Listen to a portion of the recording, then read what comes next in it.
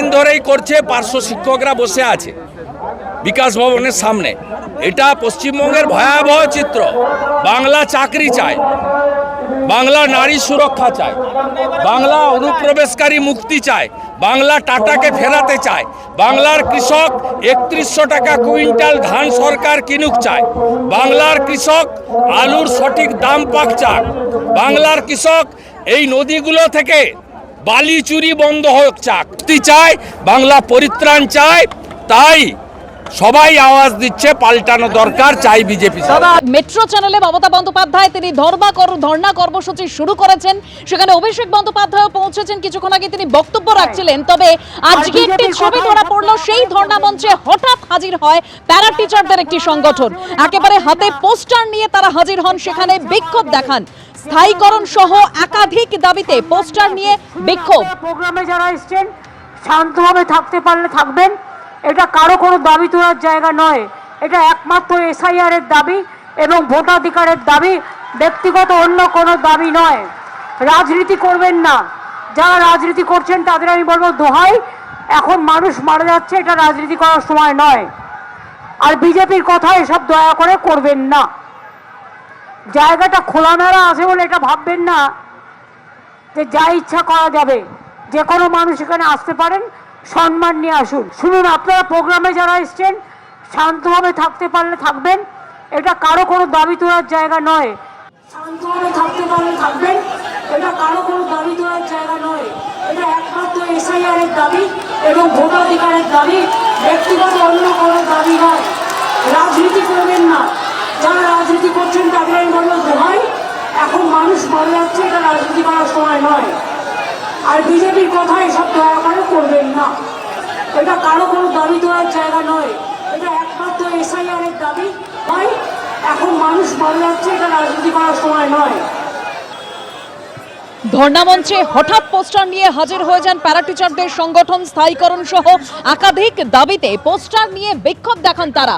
আর মমতা বন্দ্যোপাধ্যায় তাদের উদ্দেশ্যে বলেন, যেখানে আরো গুরুত্বপূর্ণ বিষয় প্রতিবাদ চলছে, এসআইআর এর বিষয়ে প্রতিবাদ চলছে, এর বাইরে অন্য কিছু বিষয়ে প্রতিবাদ জানাতে হলে অন্য জায়গায় যান, অন্য জায়গায় গিয়ে প্রতিবাদ করুন। বিক্ষোভকারীদের উদ্দেশ্যে এই বার্তাই দেন মমতা বন্দ্যোপাধ্যায়। এসআইআর একটি নিম্নমানের ষড়যন্ত্র ছাড়া কিছু নয়।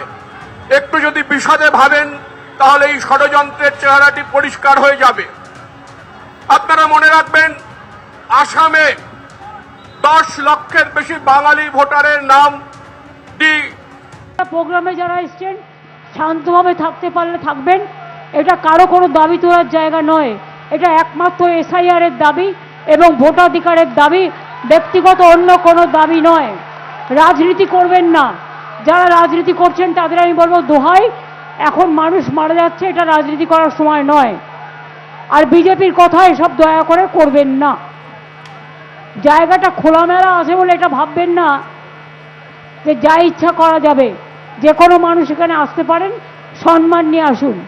বাইরে অন্য জায়গায় গিয়ে তো দেখাতে পারতেন, অন্য জায়গায় গিয়ে দেখাতে পারতেন। যান মোদীকে গিয়ে দেখান, যান নরেন্দ্র মোদী, অমিত শাহকে গিয়ে দেখান, আর ভ্যানিশ কুমারকে যান। আমি পুলিশকে বলবো ওদের আস্তে আস্তে কোনো জায়গায় বসিয়ে দিন। মমতা বন্দ্যোপাধ্যায় বিক্ষোভকারীদের উদ্দেশ্যে বার্তা দেন। তিনি বলেন যে কোনো অন্য কোনো বিষয়ে প্রতিবাদ করতে হলে অন্য জায়গায় যান। এরপরই ওখান থেকে প্যারা টিচারদের সরিয়ে দেওয়া হয়।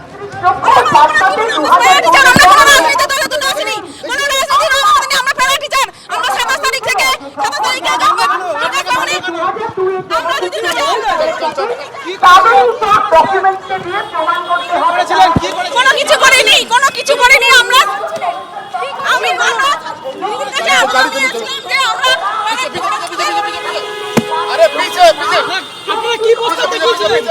দিদি আমাদের বাঁচান, আমরা পাচ্ছি না। 10-12-13 হাজার টাকায় আমাদের সংসার চলছে না। আমরা প্যারা টিচার, কতজন এসেছিলেন? গাড়িটা খোলো।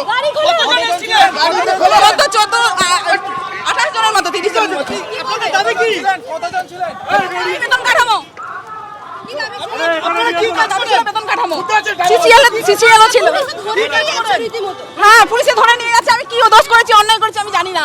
আচ্ছা, সামনে নিয়ে যাও। আমাদের দাবি বেতন কাঠামো 10-13-22 বছর দীর্ঘ 22 বছর চাকরি করে।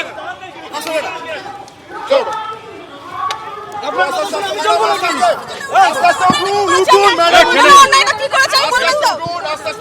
উঠবো কেন বলবেন তো? এবিপি আনন্দ, এগিয়ে থাকে, এগিয়ে রাখে।